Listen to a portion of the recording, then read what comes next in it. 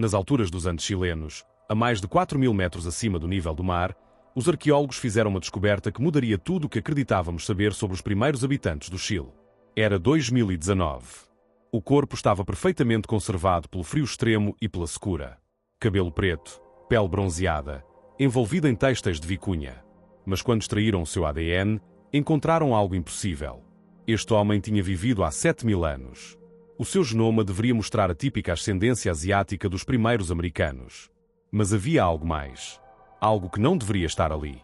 Marcadores genéticos que apontavam para o Pacífico Sul.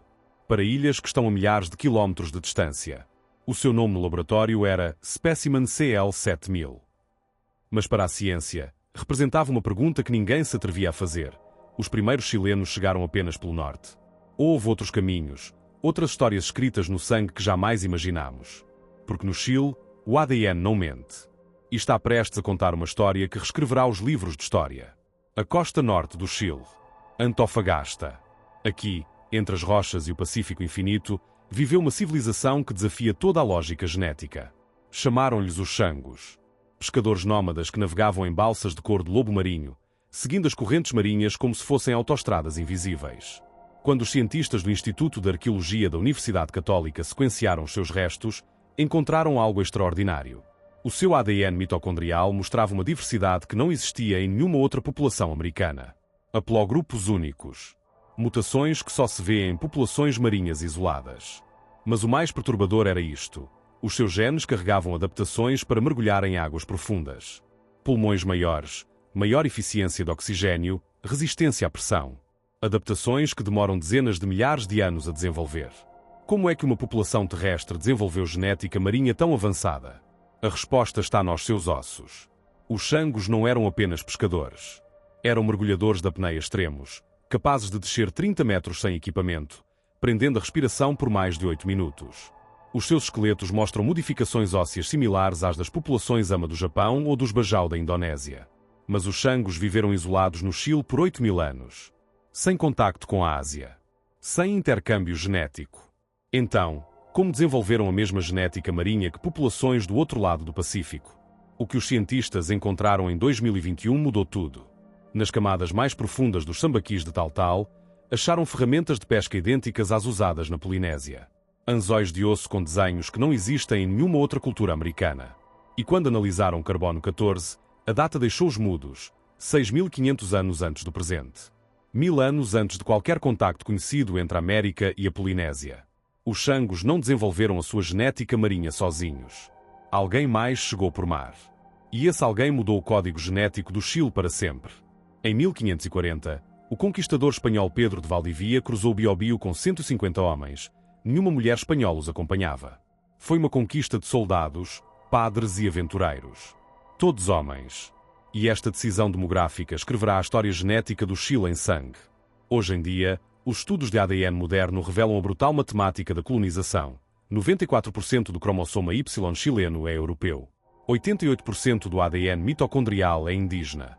É a proporção mais extrema de miscigenação assimétrica documentada na América Latina. Mas isto não foi amor. Foi genocídio genético sistemático. Os registros paroquiais de Santiago entre 1580 e 1650 mostram um padrão arrepiante. Por cada casamento oficial entre espanhol e indígena, havia 47 uniões irregulares. Violações legalizadas sob a doutrina do direito de pernada. Mulheres mapuches, diaguita, atacamanhas convertidas em mães forçadas de uma nova raça. E os seus nomes desapareceram. Nos cemitérios coloniais de La Serena, os investigadores encontraram lápides que contam a história. Pedro González, filho de Juan González e de Índia. Sem nome para a mãe. Sem apelido para a sua linhagem. Apenas Índia. Como se fosse uma categoria, não uma pessoa. Mas o ADN lembra o que os registros apagaram.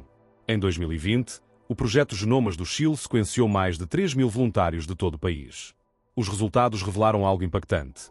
Quase 40% dos chilenos atuais carregam marcadores genéticos de pelo menos 3 populações indígenas diferentes. As suas antepassadas não foram só mapuches. Foram atacamanhas do norte, tehuelches do sul e povos extintos cujos nomes jamais conheceremos. Os seus filhos mestiços casaram-se entre si, misturando tragédias, criando uma nova genética que não era nem europeia nem americana. Era algo completamente novo. E nessa nova genética, Os cientistas encontraram algo que ninguém esperava: resistências imunológicas únicas, adaptações metabólicas excepcionais e genes de longevidade que não existem nas populações parentais. A miscigenação chilena não foi só cultural. Foi evolutiva. E criou um povo geneticamente distinto de qualquer outro no planeta. No ano 1890, na comuna de Punta Arenas, os colonos europeus chegaram com rifles Winchester e cães adestrados. A sua missão: limpar a Patagónia dos seus habitantes originais para abrir espaço para as ovelhas. Chamaram-lhe caçada. Os cientistas chamam-lhe extermínio. Os Selknam, Quaescar e Aganes tinham 10.000 anos vivendo no fim do mundo. Navegavam em canoas de casca entre icebergs. Caçavam guanacos com arcos de 2 metros.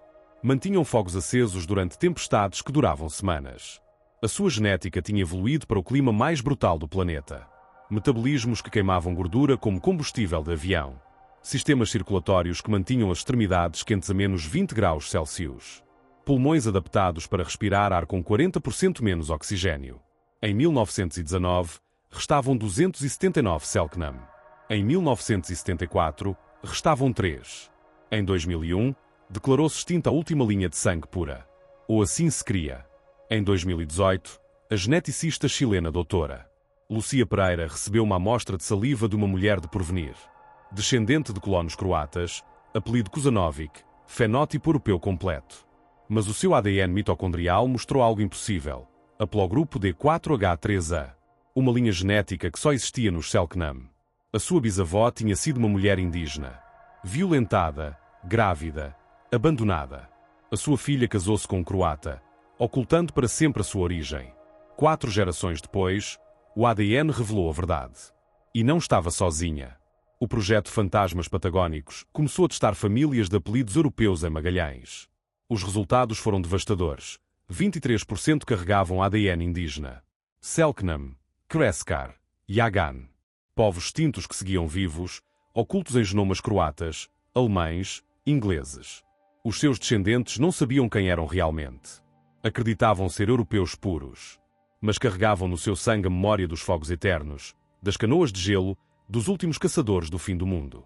E agora, pela primeira vez em 100 anos, essa memória está a despertar. Ilha da Páscoa, 2017.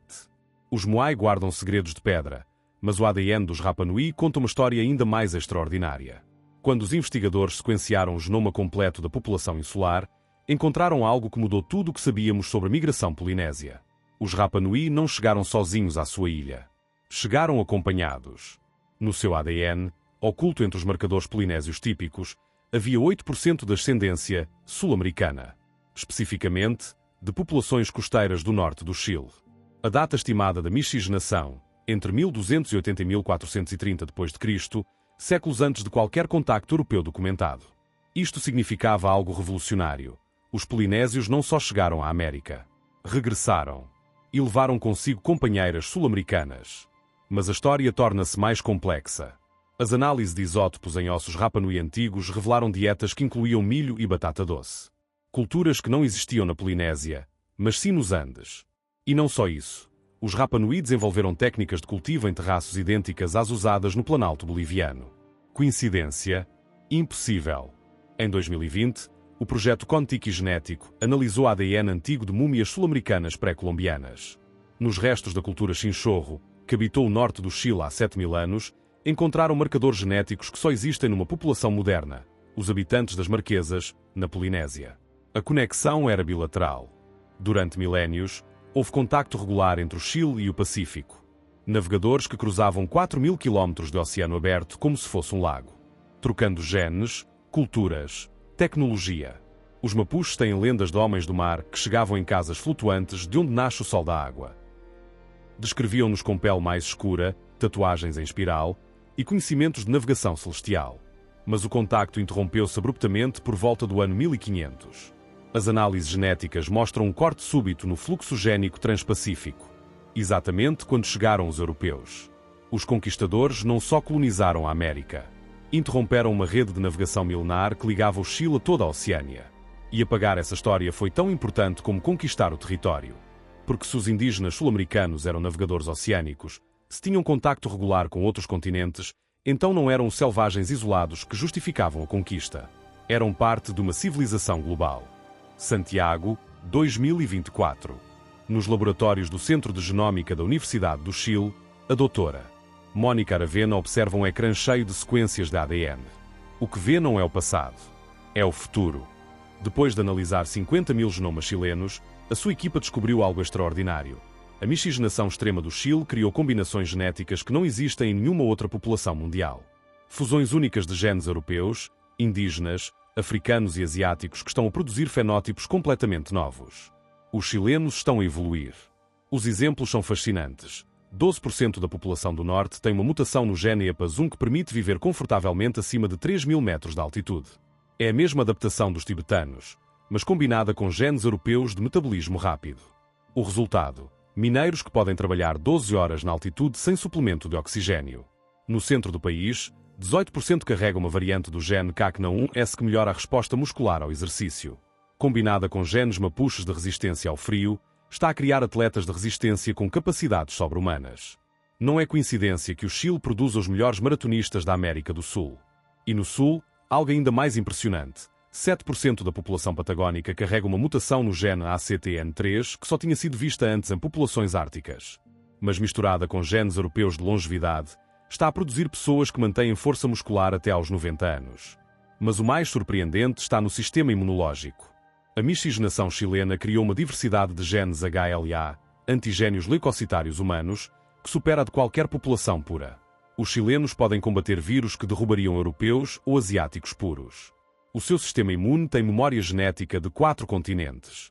Durante a pandemia de Covid-19, o Chile teve uma das taxas de mortalidade mais baixas da América Latina, ajustada por idade e condições pré-existentes. Os cientistas agora creem que foi pela diversidade genética e imunológica, não só pelas políticas de saúde. Mas há um lado obscuro.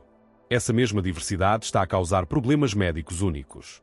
Doenças que não aparecem nos manuais de medicina porque só existem em genomas mestiços extremos. Reações a medicamentos que foram testados em populações europeias ou asiáticas puras, mas que são tóxicos para genéticas mistas. Os médicos chilenos estão a ter que reescrever os protocolos farmacológicos, criar novas doses, novos tratamentos, novas terapias para um povo geneticamente único. Nas montanhas do Chile, nos seus desertos e costas, no sangue da sua gente, está escrita uma história que ninguém imaginou. Não é a história de uma conquista simples, nem de uma miscigenação casual. É a história de uma fusão genética sem precedentes que está a criar algo novo na espécie humana. Os chilenos não são só sul-americanos com influência europeia. São um experimento evolutivo em tempo real. Uma população que fundiu 4 linhagens continentais em 500 anos e está a desenvolver características biológicas que não existem em nenhum outro lugar do planeta. E isto mal está a começar.